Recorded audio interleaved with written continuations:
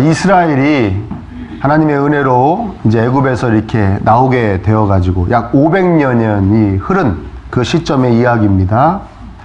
40년 동안 광야에서 방황하고 또 가나안 정복을 하고 사사들이 다스리는 사사시대가 있었고, 그리고 드디어 이제 사울이라는 왕이 통일왕국의 왕으로 세워졌고, 그 사울 왕이 이제 잘 못해서 다윗 왕이 다시 세워졌고, 다윗 왕의 이제 뒤를 이어서 솔로몬 왕이 세워졌고, 근데 이 솔로몬이 정말 잘못해서 나라가 이제 두 개로 나누어지게 됩니다. 분단된 것이죠.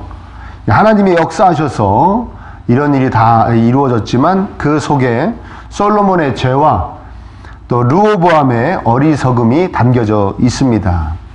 이 북쪽에 이제 분열되어 10개의 지파의 왕이 된 자가 있었으니 그게 바로 여로보암입니다.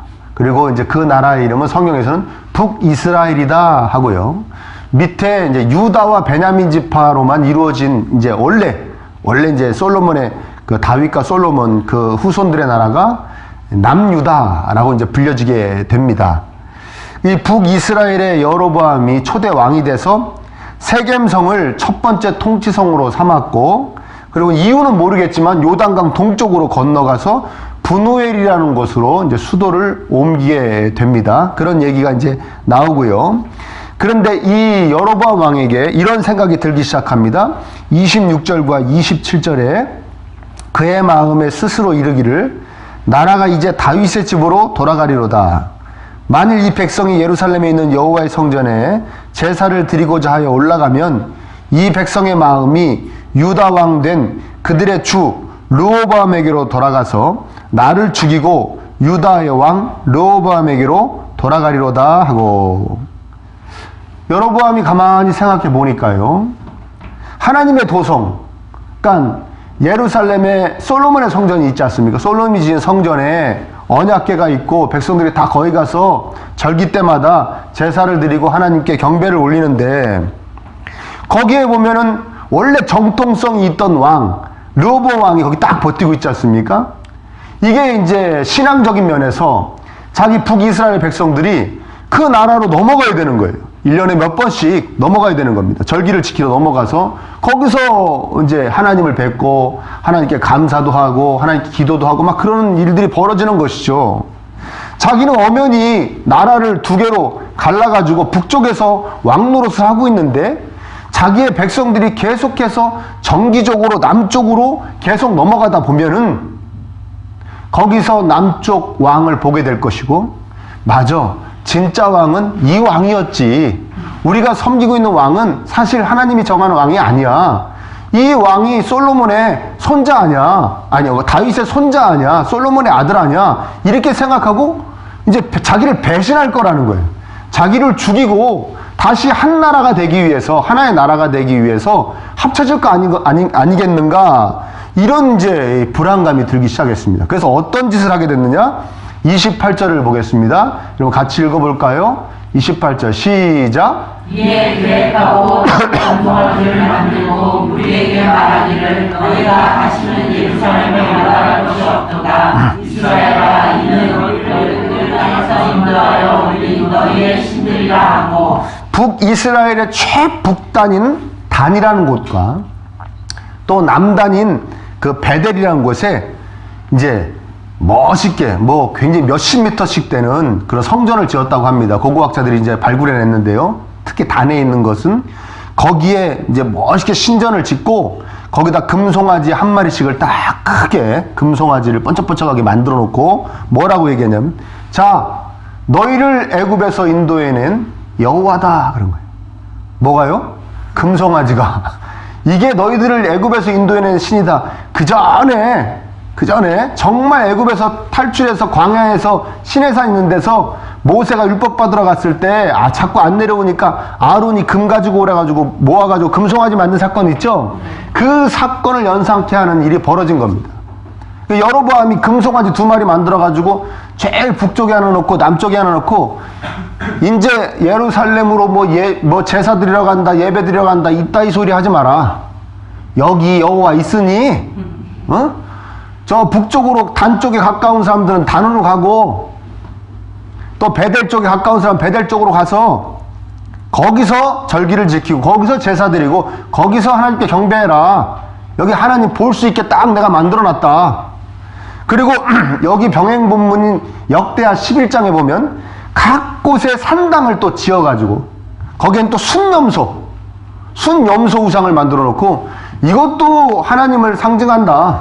여기다가 제사 드리고 여기다가 기도하고 그래라. 이렇게 한 거예요. 그리고 레위 지파들의 계열의 제사장들을 다 해임하고 왜 해임했는지 모르겠어요. 뭐 저항이 있었는지 그렇게 할 수 없습니다. 저항이 있었는지 모르겠지만 아무튼 다 해임해버리고 그 외의 지파에서 레위 지파가 아닌 지파에서 제사장을 막 뽑기 시작합니다. 그래가지고 저 단 성전에 가서도 섬기고 베델에서 섬기고 각 산당에서도 너희들이 제사장 노릇을 해. 레위 지파에서만 오직 그것도 고앗 자손 중에서 아론의 후손으로 통해서만 제사장이 나와야 되는 건데 하나님이 정하신 것인데 그걸 다 없던 걸로 하고 다른 지파에서 막 뽑는 겁니다. 루벤 지파에서도 뽑고 루벤 지파에서도 뽑고 뭐 갓 지파에서도 뽑고 막 그렇게 막 뽑아가지고 제사장을 삼는 겁니다. 그 절기도 바꿔버립니다. 절기도 바꿔버려요. 절기도 한 달 정도 뒤로 바꿔버립니다. 날짜를 바꿔버려요.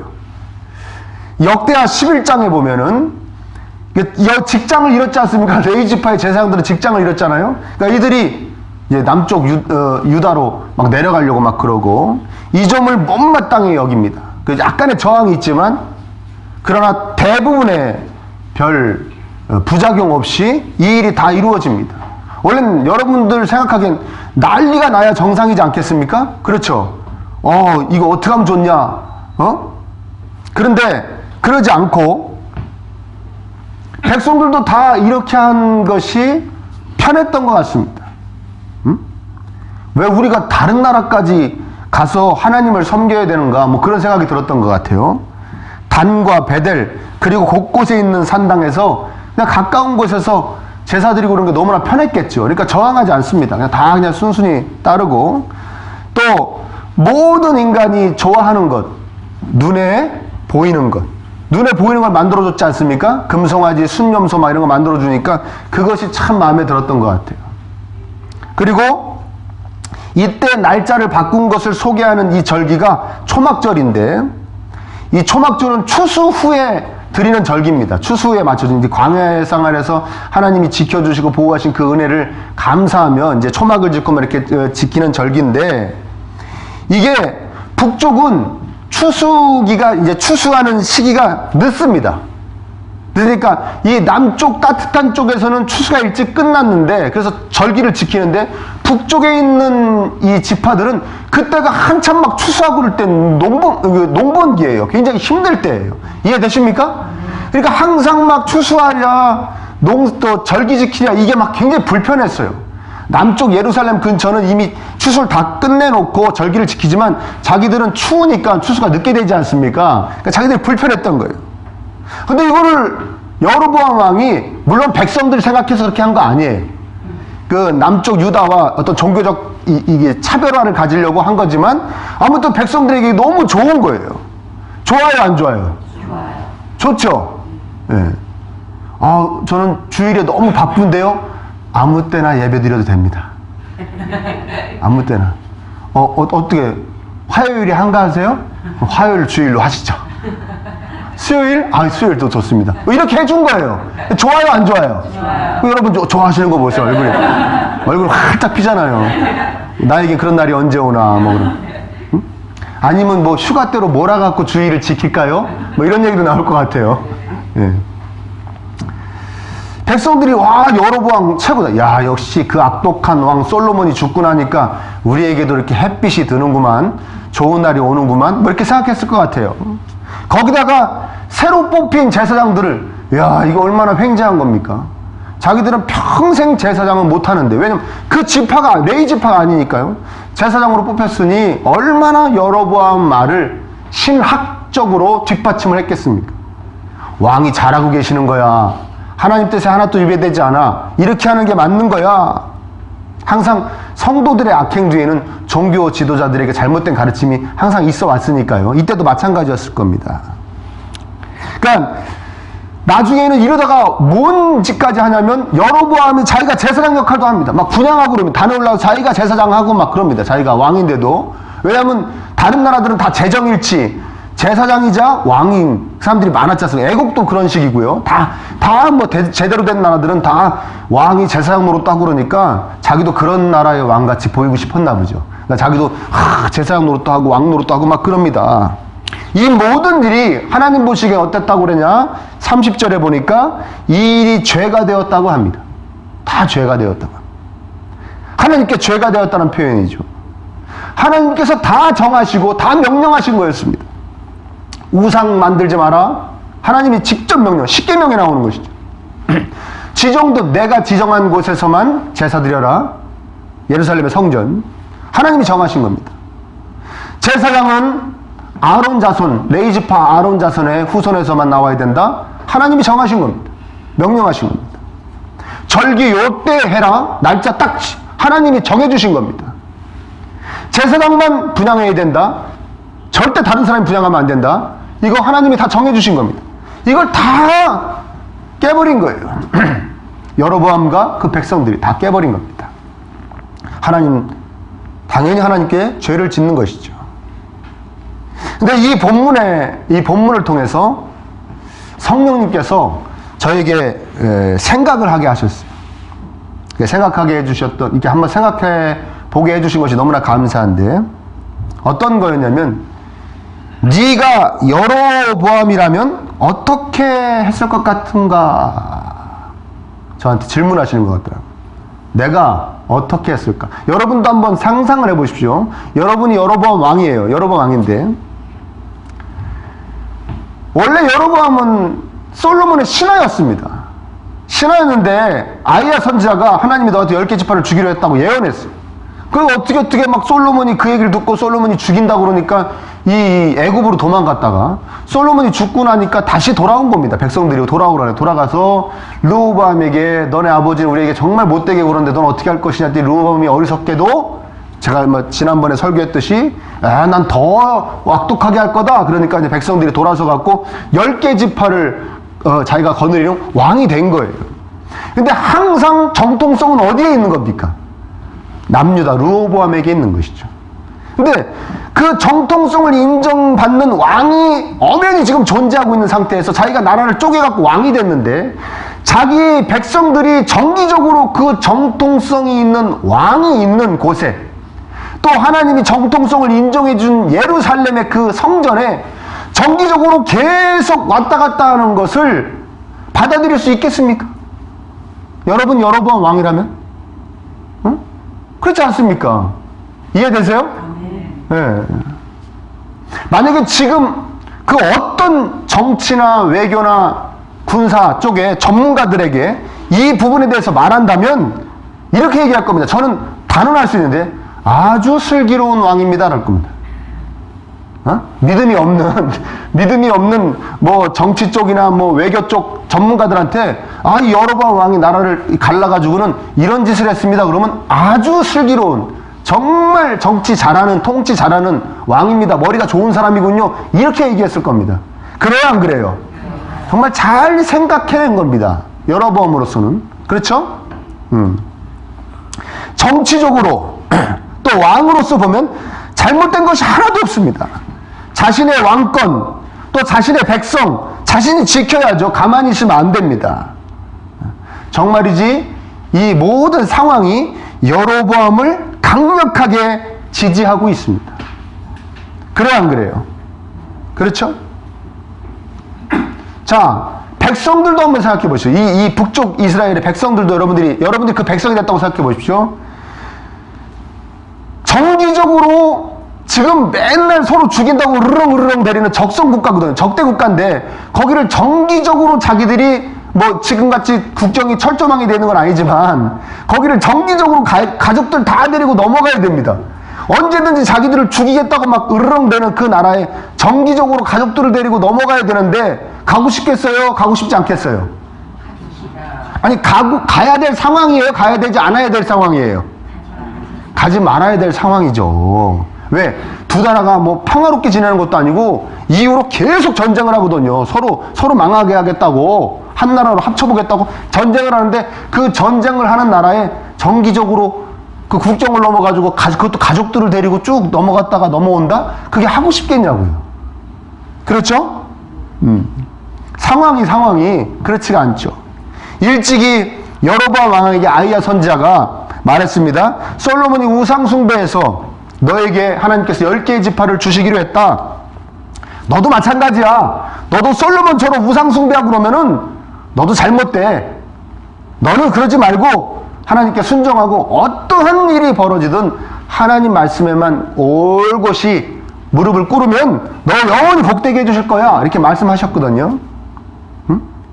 그런데 여로보암이 그대로 솔로몬 따라했습니까? 안 따라했습니까? 따라한 거예요. 더 했죠. 더 이상한 짓을 많이 했죠. 왜 그렇게 된 겁니까? 여로보암이 원래 나쁜 사람이라 그렇게 한 것입니까? 아니요. 상황이 다 여로보암을 그렇게 만든 것입니다. 상황이. 우리가 이 본문을 그냥 여로보암 이 사람 왜 이렇게 어리석냐라고 이야기할 수가 있냐고요. 마음 편히 볼 수 있는 본문이냐, 제가 여러분들에게 질문하고 싶은 겁니다. 우리 상황 논리라고 그러죠. 어떠한 원칙이나 기준 없이 그냥 그 상황에 맞게 생각하고 판단하고 행하는 거, 그 모든 것을 이제 상황 논리라고 그러는데, 우리 신앙이 얼마나 그 상황 논리에 흔들려 왔습니까? 그렇죠? 그리고 작다고 생각하는 것부터 한번 모르면, 아니 상황이 이러니까 이번 주는 그냥 예배 제껴야겠다. 이런 뭐 작다고 생각하고, 이거 작은 게 아니죠 사실은. 굉장히 중요한 건데, 이런 것부터 시작해가지고 이런 여로보암처럼 막 큰 이런 상황 논리가 막 닥쳐가지고 정말 하나님이 정말 싫어하실 일을 막 내가 선택할 수밖에 없는 이런 상황에 우리가 흔들렸을 수도 있습니다. 그렇습니까? 안 그렇습니까? 예? 여로보암 정도까지 흔들리지는 않으셨죠? 그렇죠? 그런가요? 저는 늘 생각하지만 하나님이 양심은 남겨놨다고 그러시는데, 인간이 타락할 때 양심은 좀 잘 이렇게 남겨놓으셨다고 그러는데, 또 몇몇 분들을 보면 그렇지도 않은 것 같아요. 또 지금까지는 그래서 비교적 잘 살아왔지만 크게 하나님 뜻에 위배되게 살지 않았지만, 앞으로 우리에게 어떠한 상황이 닥쳐서 내가 그 상황 가운데 어쩔 수 없이 하나님이 정말 싫어하실 쪽을 선택하지 않을지, 그걸 어떻게 알겠습니까? 여로보암도 상황이 막 그렇게 몰고 간 거 아닙니까? 그래, 지금은 이런 상황이니까 어떻게 해? 나도 인간인데 이렇게 해야지. 그래, 지금은 이렇게 할 수밖에 없어. 뭐 이런 상황 논리로 우리의 믿음을 그냥 막 흔들어 버리는 것이죠. 막 흔들리는 것이죠. 아멘입니까? 반면에 이런 사람들도 있었습니다. 역대하 11장 16절인데요. 이 병행 본문이라고 그랬죠. 역대하 있는 본문이 같은 사건을 이야기하는 겁니다. 제가 한번 준비해 왔어요. 한번 같이 읽어볼까요? 시작. 이스라엘 모든 지파 중에 마음을 굳게 하여 이스라엘의 하나님 여호와를 찾는 자들이 내 사람들을 따라 예루살렘에 이르러 그들의 조상들 하나님 여호와께 제사하고자 한지라. 아멘. 마음을 굳게 하여 하나님을 찾는 자들이 있었다라고 얘기합니다. 그래가지고 이 사람들이 이미 제사장에서 이제 잘린 그 제사장들, 레위지파 제사장들을 따라서 남쪽으로 내려온 거예요. 남쪽으로. 우리는 그렇게 할 수 없습니다. 우리는 금송아지에다가 절할 수 없습니다. 우리는 순념소에다가 절할 수 없습니다. 왜 여기가 하나님의 성전입니까? 예루살렘이 성전이지. 절기를 왜 왕 마음대로 바꿉니까? 왕이 왜 제사장 역할을 합니까? 우리는 그런 거에 동의할 수 없습니다. 너네 정기적으로 자꾸 국경 넘어다니면 다 죽여버린다? 좋습니다. 우리는 가겠습니다. 그리고선 제사장을 따라서 남쪽 유다로 땅으로 완전히 넘어온 거예요. 우리 뭐 그 전에 6.25 막 이럴 때 우리 그 북쪽에서 이북 분들이 이렇게 많이 이렇게 내려오신 것 같이 그런 식으로 내려간 거예요. 난 여기 싫습니다. 여기 살기 싫습니다 하고 내려간 거예요. 그런데 중요한 건 뭐냐? 여긴 지파별로 땅을 나눠줬잖아요. 기억나십니까? 지파별로 가나안 땅을 전부 나눠줬기 때문에 정말 몇백 년, 한 500년씩을 거기 사는 거예요. 조상 500년 거기 사는. 거기에 다 있지 않습니까? 뭐 재산도 있을 것이고, 또 사람들과의 관계도 있을 것이고, 자기가 자리 잡으면 뭐 다 버리고 넘어온 거예요. 제사장들을 따라서. 정말 마음이 굳은 사람들이죠. 우리의 표현으로는 믿음이 단단한 사람들입니다. 그렇죠? 다 버리고 예루살렘 쪽으로 이주해 온 사람들입니다. 북이스라엘의 이 엄중한 상황이 이들에게는 아무런 영향도 주지를 못했던 것을 우리는 알 수 있습니다. 상황이 이들을 어떻게 할 수가 없었어요. 그러니까 상황 논리가 도저히 이겨먹을 수 없는 그런 자들입니다. 이 제사장들을 따라서 남쪽으로 내려온 사람들이요. 저와 여러분들이 다 이런 신앙인들, 마음을 굳게 하여 하나님을 찾고 또 찾는 그런 분들이 되기를 축복합니다. 아멘. 저와 여러분들도. 아멘? 아멘. 그렇죠? 어떠한 상황이 나에게 닥쳐와도 그 상황을 이겨낼 수 있는, 상황 논리에 막 흔들리는 것이 아니라, 그래야 우리 자녀들이 희망이 있습니다. 우리 자녀들이 희망이 있어요. 제가 이런 말씀 드리면 여러분들이 조금 충격이 되실지 모르겠지만, 상황을 이겨보지 못한 성도는, 나에게 닥쳐온 상황을 이겨내보지 못한 성도는 자녀들에게도 상황을 이겨내라고 조언하지 못합니다. 그렇겠습니까? 안 그렇겠습니까? 부모가 되어서 나에게 이러한 상황이 펼쳐지니까, 그래, 하나님도 좋지만 상황이 이런데 어떡하겠어.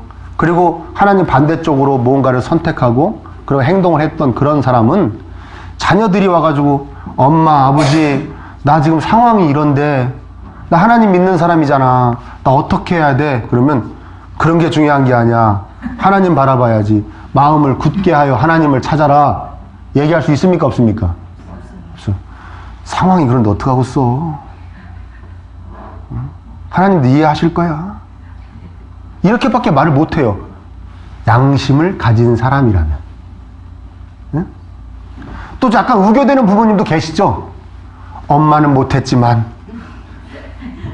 너는 그렇게 마음을 굳게 하여 하나님을 찾으렴, 이렇게 얘기할 수 있겠지만 자신 있게, 아니야, 이렇게 하는 게 맞아, 이렇게 해야 돼, 상황이 중요한 게 아니야, 하나님을 마음을 굳게 하여 하나님을 찾아야 돼, 하나님을 바라봐야 돼, 하나님 뜻대로 해야 돼, 하나님이 기뻐하시는 쪽으로 해야 돼라고 얘기해 주질 못하는 거예요. 그럼 어떻게 되느냐? 그냥 똑같이 엄마 아버지도 상황에 눌려서 살고, 그 자식도 상황에 눌려 살고, 그냥 계속 신앙적으로 별 볼 일 없는, 그래서 그냥 누가 봐도 별 볼 일 없는 그런 신앙인으로 계속 가문이 이어지는 것이죠. 참으로 슬픈 일이죠.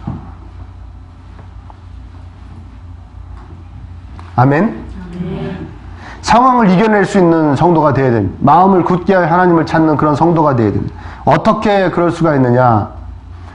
여러분들이 명심하셔야 될 건 뭐냐면, 하나님께서 허락하시지 않으면 참새 한 마리도 죽지 못한다는 말씀을 붙잡으셔야 될 줄 믿습니다. 하나님이 허락하시지 않으면 참새 한 마리도 죽지 못합니다. 하나님이 허락하셔야 되는 것입니다. 마태복음 10장의 말씀이죠. 예수님이 직접 하신 말씀입니다.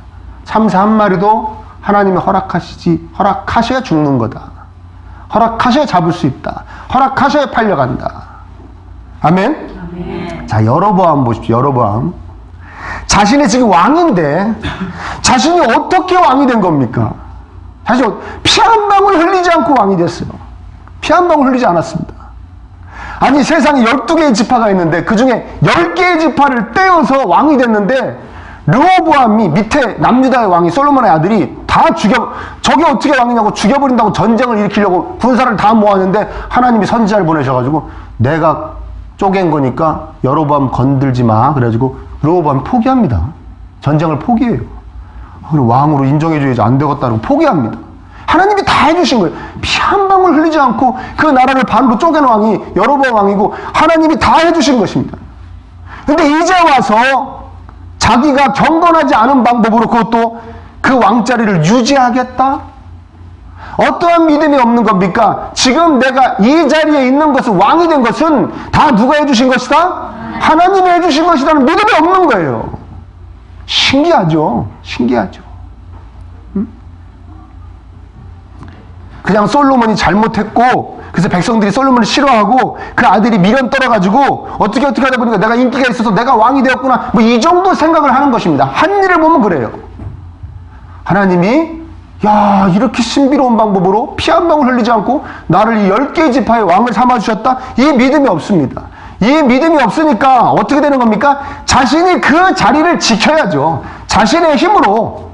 상황이 그러니까 자신이 그 상황을 받아들이고 거기서 자기가 뭔가 막 해야 되는 것입니다. 여러분 명심하십시오. 지금 내가 가지고 있는 모든 것은 다 하나님의 역사하신 산물임을 여러분 명심하시기를 축원합니다. 아멘입니까? 내 가족도 하나님이 다 주신 것이고, 내가 가지고 있는 재산도 다 하나님이 주신 것이고, 명예, 지위, 위치 뭐 다 하나님이 다 주신 것입니다. 응? 하나님이 주셨구나. 이건 다 하나님이 주신 것이다.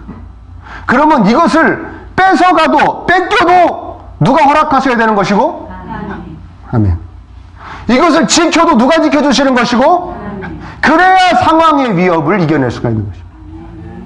그 상황이 흔들리지 않고 하나님이 다 주신 것이고 하나님이 지키실 것이다. 아멘.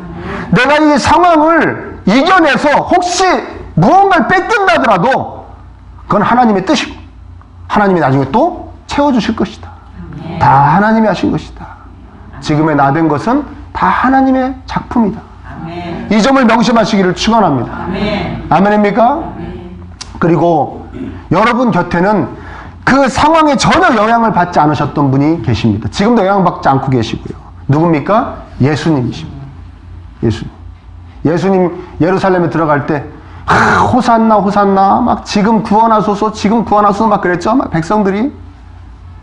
그리고 일주일도 안 돼가지고 예수님 빌라도 앞에 섰을 때 그들이 싹 변해가지고 십자가에 못 박으라고 막 소리 질렀습니다. 저 젊은 사기꾼, 저 허름한 곳에서 사는 저 사기꾼에게 우리가 당했다. 로마 병정들에게 끌려가지고 저 딱딱한 뭐 바위바닥 위에 앉아있는, 돌바닥에 앉아있는 모습을 보니 우리가 당했다. 우리가 사기당했다. 십자가에 못 박아 죽이라고 막 그랬습니다. 상황이. 자신을 팔아먹은 제자도 있었습니다. 자신을 팔아먹은 제자. 자신을 버리고 다 도망간, 그리고 자신을 모른다고 3번이나 부인한 베드로를 포함한 그 제자들이 있었습니다. 다 배신했죠. 마귀가 계속해서 예수님에게 상황을 들이댄 겁니다. 자, 이런 인간들이 불쌍합니까?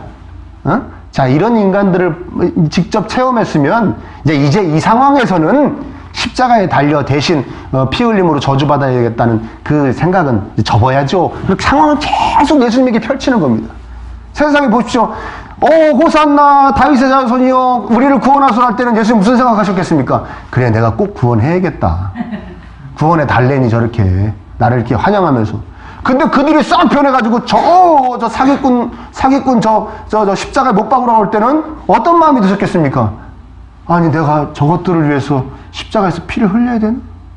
상황이 그래. 마귀가 계속해서 예수님에게 그 상황을 들이대는 겁니다. 여의치 않는 상황을 들이대는 겁니다. 하나님의 뜻을 온전히 쫓기 힘든 상황을 매 계속 들이대는 겁니다. 계속 들이대는 거예요. 그래서 그렇게 기도하셨던 것 같아요. 겟세마네 동산에서 이 잔을 내게서 지나가게 하옵소서. 무슨 말입니까? 십자가 지지 않으면 안 되겠습니까? 아멘. 지금 유다란 제자놈이 나를 은 30냥에 팔아먹어 나 잡아 죽일 사람들 데리고 여기 옵니다. 제가 십자가 지지 않으면 안 되겠습니까? 예수님 그렇게 말씀하셨던 것 같아요. 아멘. 그러나 그 상황을 다 이겨내셨습니다. 전혀 개의치 않으시고 뭐라고 기도가 바뀝니까? 그러나 나의 원대로 마옵시고 아버지가 원래 생각하셨던 대로 하십시오. 자, 그대로 따르겠습니다. 지금 제 앞에 벌어지는 이 상황은, 이 판은 완전히 내가 이것들을 위해, 이런 사악한 것들을 위해서, 이런 배신을 일삼는 것들을 위해서 내가 피를 흘려야 되는가? 내가 십자가에 못 박혀야 되는가? 이런 상황이지만 이 상황에 흔들리지 않겠습니다. 아버지가 원래 원하셨던 대로 따르겠습니다. 아버지 뜻대로 하옵소서. 마음을 굳게 하여 하나님을 찾으신 것입니다. 여러분이 상황이 흔들릴 때 한 번만 생각하시기 바랍니다. 예수님은 상황을 뛰어넘어 나를 구원하셨다는 것을. 아멘? 예수님 앞에 펼쳐진 상황은 도저히 나를 구원하실 수 없는 상황이었지만 그 상황을 다 이겨내시고 나를 구원하셨다는 것을. 나는 상황을 이겨내신 예수님의 그 놀라운 희생으로 하나님의 자녀가 되었다는 것을 여러분들 명심하시기를 축원합니다. 어느 우리 믿음의 선배님이 순교당하면서 그랬습니다. 순교당하면서